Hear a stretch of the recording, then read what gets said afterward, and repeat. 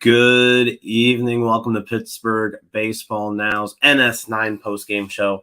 I am your host tonight, going solo, Jim Rosati, Northside Notch.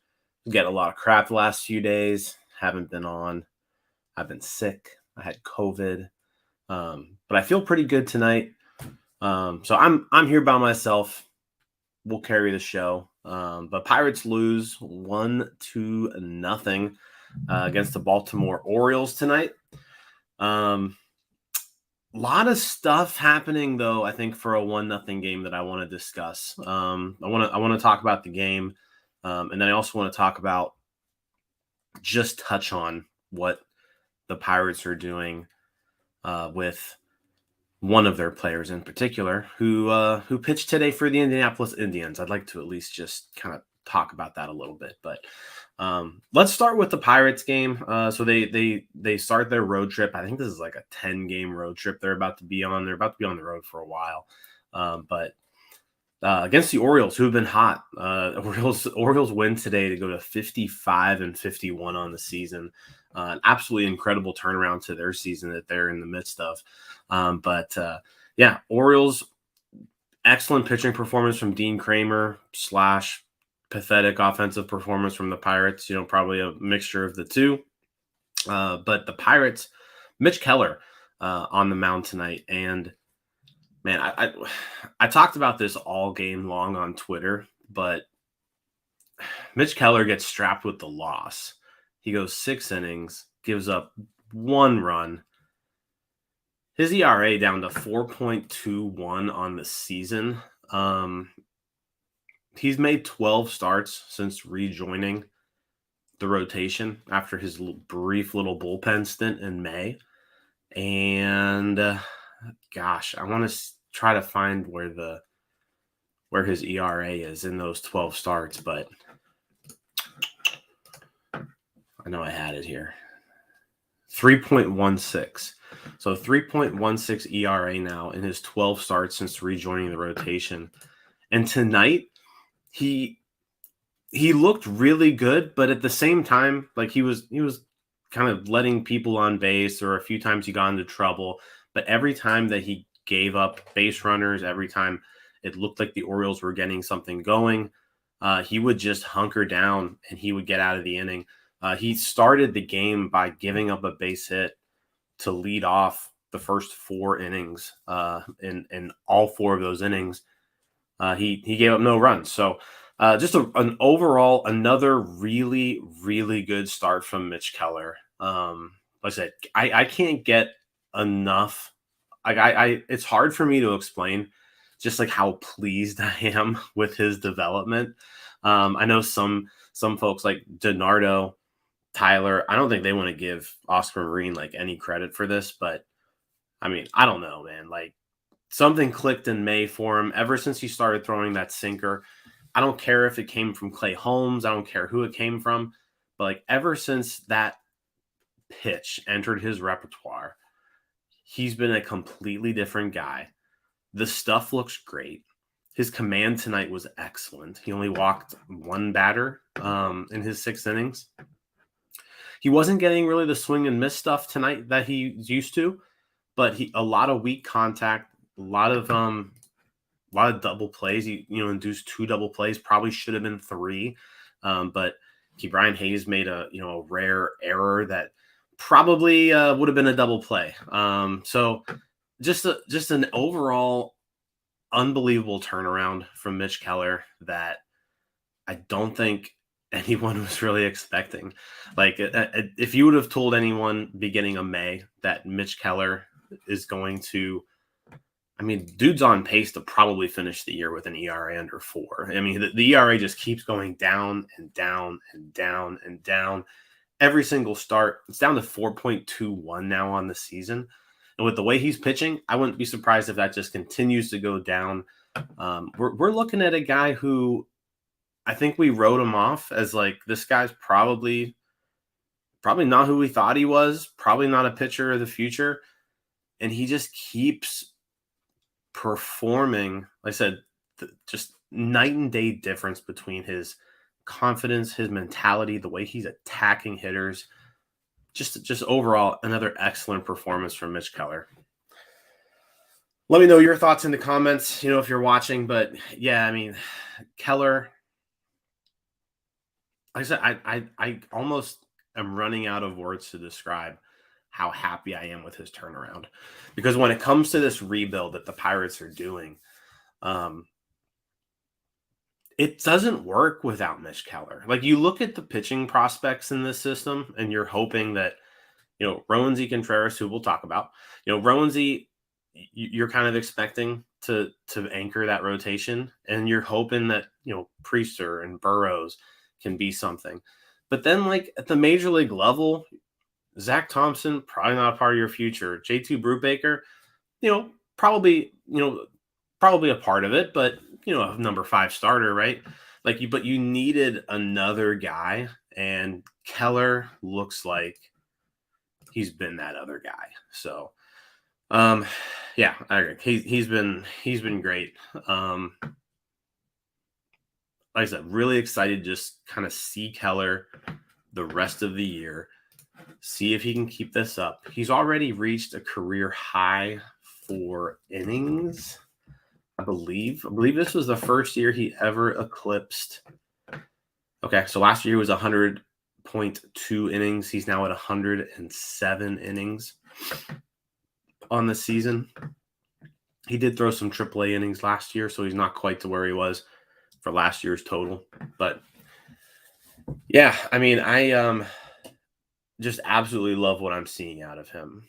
It's just really nice to see because, coming through the minors, you were hoping he was going to be that, maybe not necessarily an ace, but like a number 2 starter, like a really good major league starter. And we didn't see it in 2019. We didn't see it in 2020. We didn't see it in 2021. And so then it's like, maybe this guy's just not it. And this year he's starting to show it. So that's exciting to see. But, yeah, excellent start from Keller, but he picks up the loss. So he moves to 3-8 on the year, just gives up that 1 run because the offense cannot get anything going against Dean Kramer. The Brewers bullpen came in and just blew away the Pirates. This Felix Bautista guy who came in the 9th inning, never heard of this dude before. I'm going to admit, I don't watch too many Baltimore Orioles baseball games. That Felix Bautista guy, this was his 4th save of the year, but he's a 27-year-old rookie.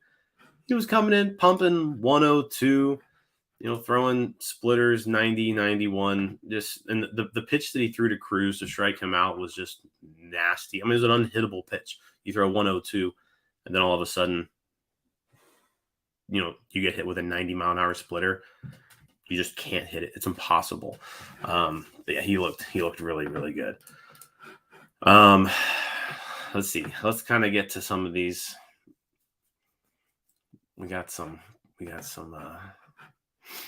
lot of comments here, so let me sift through these. Here we go. How long of a leash does Madris have at first? So yesterday, listening to the postgame show, or listening to NS9 Live, DiNardo and Tyler talked a little bit about Bly Madris and first base, right? I'm all for Bly Madris getting some time at first base, especially against right-handed pitching. But as far as the defense, yeah, I didn't really know what to expect. First base isn't necessarily a hard position to learn, but there are a few things here and there that, are easy to mess up. We've seen Josh Van Meter mess things up. We've seen Yoshi obviously mess things up. We've seen plenty of other first basemen throughout the years mess things up. But Bly Madris had a really good play today. O'Neal Cruz was making was charging a ball, had to get rid of it real quick. Ball sailed on him a little bit. Madris was able to come off the base, make the catch, and then make the tag. So he looked good over there. Ultimately, with Madris, though, when it comes to how long of a leash does Madris have at first, like he's got to be able to hit. I think he was 0 for 20 going into today's game. He did get a single today. But when you play a position like first base or like right field, right, you've got to hit. Like, that's plain and simple. That's your most important thing that you need to do. And right now, Bly Madris hasn't really shown that he can hit like a major league first baseman. Now, what are the Pirates' other options right now against righties? I guess you could say Michael Chavis is an option. You could say Josh Van Meter is an option. Don't love Michael Chavis against righties. We've seen it already. It just doesn't work. And I think we've all seen enough of Josh Van Meter. I do find it pretty refreshing that Josh Van Meter hasn't been in the lineup, I think, for the last 3 days. That's nice to see. And hopefully what that means is, hey, this guy's not really getting any playing time, so why is he on the team? So maybe that moves ultimately to a Josh Van Meter DFA. And when that happens, we're going to have a celebration. We're going to have a big-time celebration when Josh Van Meter gets designated for assignment. It's been too long, you guys. But no, I think that's my main thing with Bly is the defense. I think he's going to be just fine at first base, but he's got to hit. Now, what he has in his favor, though, is there's not really any other options there against right-handed pitching. Mason Martin obviously isn't ready for Major League Baseball. Michael Chavis, don't want to play him against righties. I've seen it enough. We're pretty much Michael Chavis is a platoon bat against lefties. That's who he is. So yeah, I'm fine with giving Bly some time at first base just to show if that's something he can do.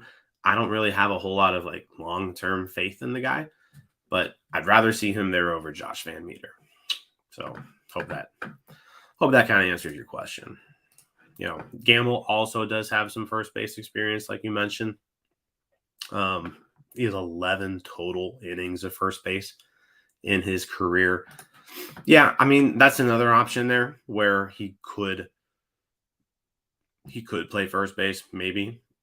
So, yeah, I'm with you there.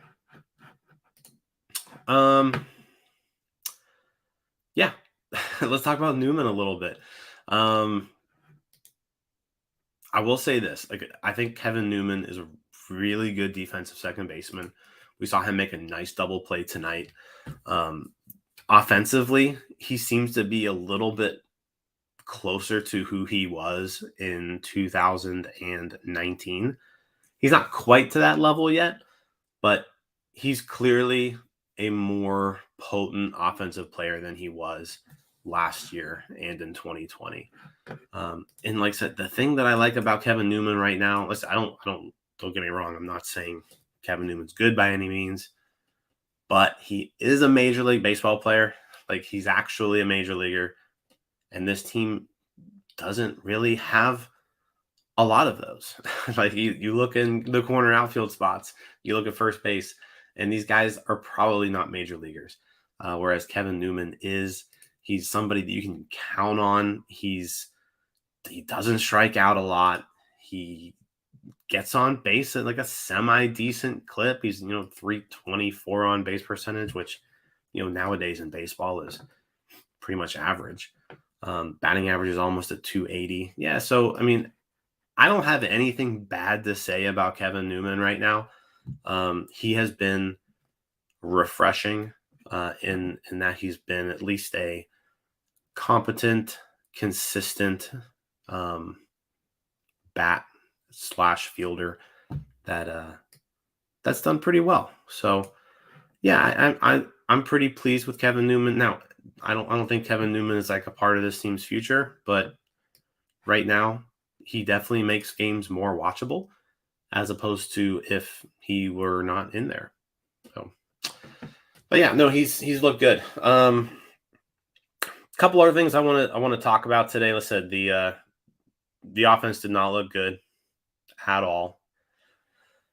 Key Brian Hayes did finally pull a ball, which was good. Yeah, made a double, pulled a curveball off of Kramer. Only extra base hit the Pirates had today.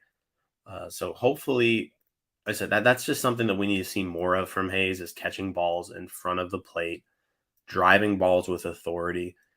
The guy doesn't necessarily have to hit 15 to 20 homers, but he should be able to hit some doubles. He needs to be able to drive guys in. Like if they're gonna bat him fourth, he needs to be able to put the ball in play and produce runs. And so it was refreshing to see him catch a ball out in front of the plate today, get a nice double. He also drew a walk. Really good plate appearance in the ninth inning against Bautista. I think it was a 9-pitch walk.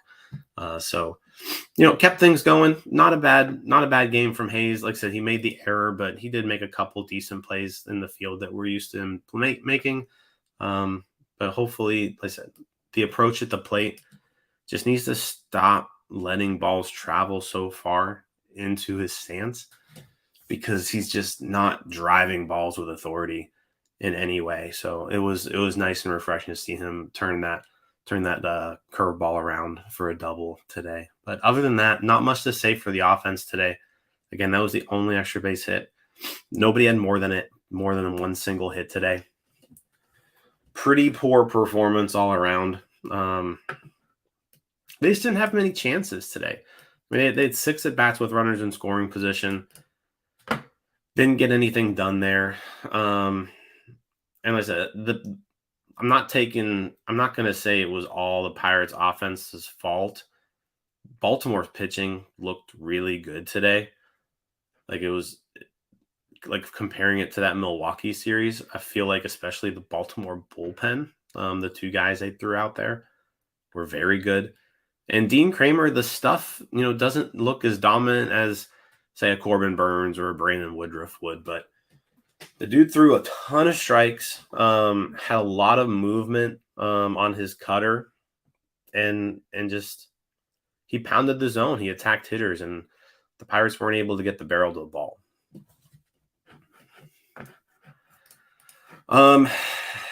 Let's see. How many times is a reliever going to be asked to go 2 and look shakier in inning 2 before they just stop? So I brought this up, I think, a couple of days ago.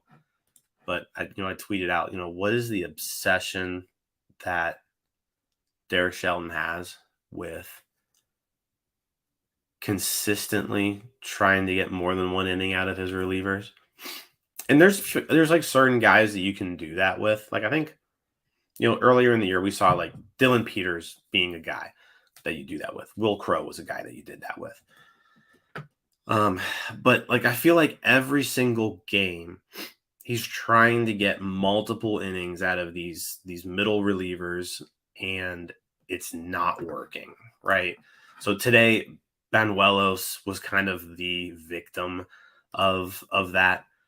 Manny looked great in his inning of work in the 7th, came back out for the 8th, and I get it. The bullpen had a lot of work in the Milwaukee series, so maybe you didn't want to use another relief pitcher, but again, it seems like every time we try to go to the 2nd inning, it backfires. So Manny goes back out for the 8th, immediately gives up 2 hits. Yohan Ramirez has to come in, does a really good job of cleaning up the mess. Ramirez only threw 5 pitches and ended up getting out of the inning with no runs. So 3 outs and 5 pitches. He made a little bit of a mistake when he came in on 1st and 2nd. It was a sacrifice bunt, came right back to him. He definitely had time to make the play at 3rd base, decided to throw it to 1st instead, which, allowed the runners to move. But even with that, he was able to get out of it, induced a ground ball to Hayes to get a runner at home, and then got another ground ball. Maybe it was a pop-up to end the inning. So, yeah, I mean, I think the bullpen looked really good. Like I said, Ramirez was able to come in and kind of clean up what Manny had there. It was just the offense. Like I said, and that seems to be the story so many times is the offense just isn't able to support the pitching. And, eventually sometimes the pitching breaks down. Today, the pitching didn't really break down. You go 8 innings, give up 1 run as a pitching staff. You did your job. The offense was just not able to get anything going today. And I feel like we're getting to that point now where if O'Neal Cruz isn't hitting a home run and Brian Reynolds isn't, getting 2 or 3 hits, the offense doesn't do anything.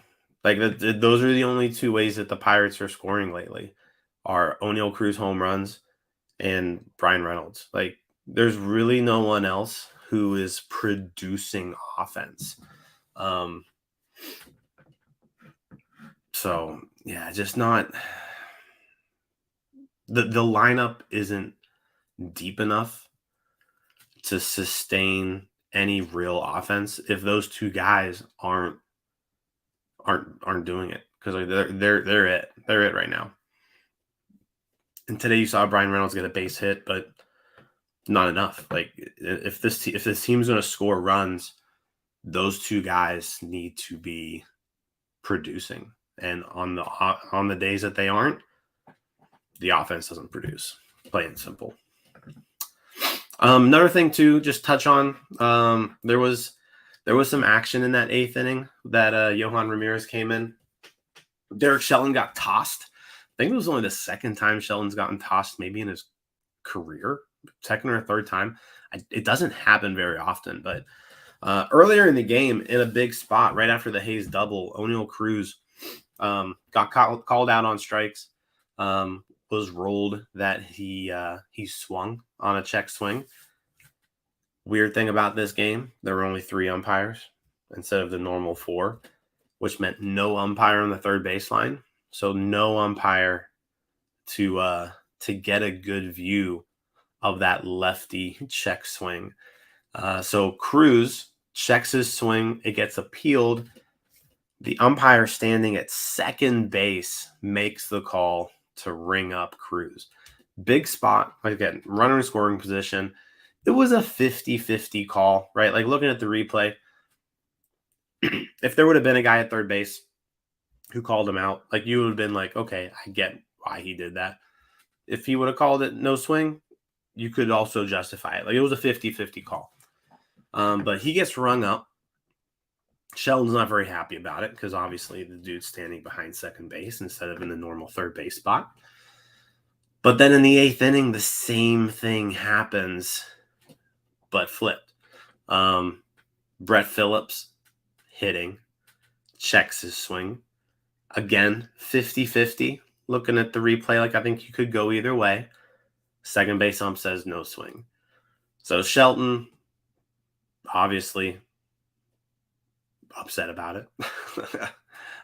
Gets tossed, and Don Kelly needs to finish out the game. But yeah, I mean, it was just an unfortunate situation. I think, like, unless it's blatant, and you're that second base umpire, you can't ring them up, like, unless it's blatant, because there's no way for that umpire to know. The only person who has a really good view of that is a third base umpire. And so, you can't be guessing out there as a second base umpire. So that was a little disheartening. Because like I said, that was the Pirates' real, they had a chance to score there. And because of that, didn't end up happening. So that was some fireworks there in the 8th. But yeah, I mean, other than that, not a whole lot to talk about in this game, which ended up being quite a bit to talk about. I'm here by myself and we're 24 minutes in, so I just talked for 24 minutes about a 1-0 game. But one last thing I want to bring up before we just end things is just I don't think I can't get through this without announcing. You sound sick. Thank you. Yeah, this is day 5 of my COVID, so I'm not 100% yet, but I feel a lot better. than I did earlier in the week. So I appreciate you. But as far as I can't not mention what the Pirates are doing with Roansy Contreras. Like, it is utterly disgusting. Like, I can't stand. Like, Tyler Beede had to start the other day because this team only has 4 starting pitchers in the majors. Meanwhile, Ben Cherington keeps throwing this stupid narrative down our throat that they want to monitor his innings and, build him back up. The dude threw 4 innings today in Indianapolis, struck out 9 batters. Excuse me. Struck out 9 batters. Why isn't he in the majors? Like, the dude only has so many innings to throw this year, and we're just wasting them in AAA. And it's embarrassing because the only reason why they're doing this is to manipulate service time. Like, they didn't they weren't able to keep him down in the minors earlier in this year long enough to get to that Super 2 deadline. So they're doing it right now. And excuse me. And so instead, we're seeing him just dominate these AAA hitters. It's not doing anything for him. We already know he should be a major league pitcher. He's shown success in the majors. I just don't get it. Anthony's saying that, the other day there are some mechanical adjustments being made. Like, bullshit. Bullshit. Do that in the majors. Like, you don't have to send them down to AAA to make mechanical adjustments. That's what bullpens are for. That's what bullpen sessions are for. So it's embarrassing. I can't get over just how cheap these guys are sometimes because, and DiNardo mentions this all the time because, you've got this player-centric culture you're trying to build. And like, what are players seeing when they look at this guy, 22-year-old pitcher, dominating through the minors? You bring him up to the majors. He clearly shows he belongs in the majors. And then you just send him back down to the minors so you can save some money. Like, I don't get it. I mean, I do get it. I get why they're doing it. But it's disgusting. It's depressing. It's like, why I can't understand how they're even able to get away with something like this.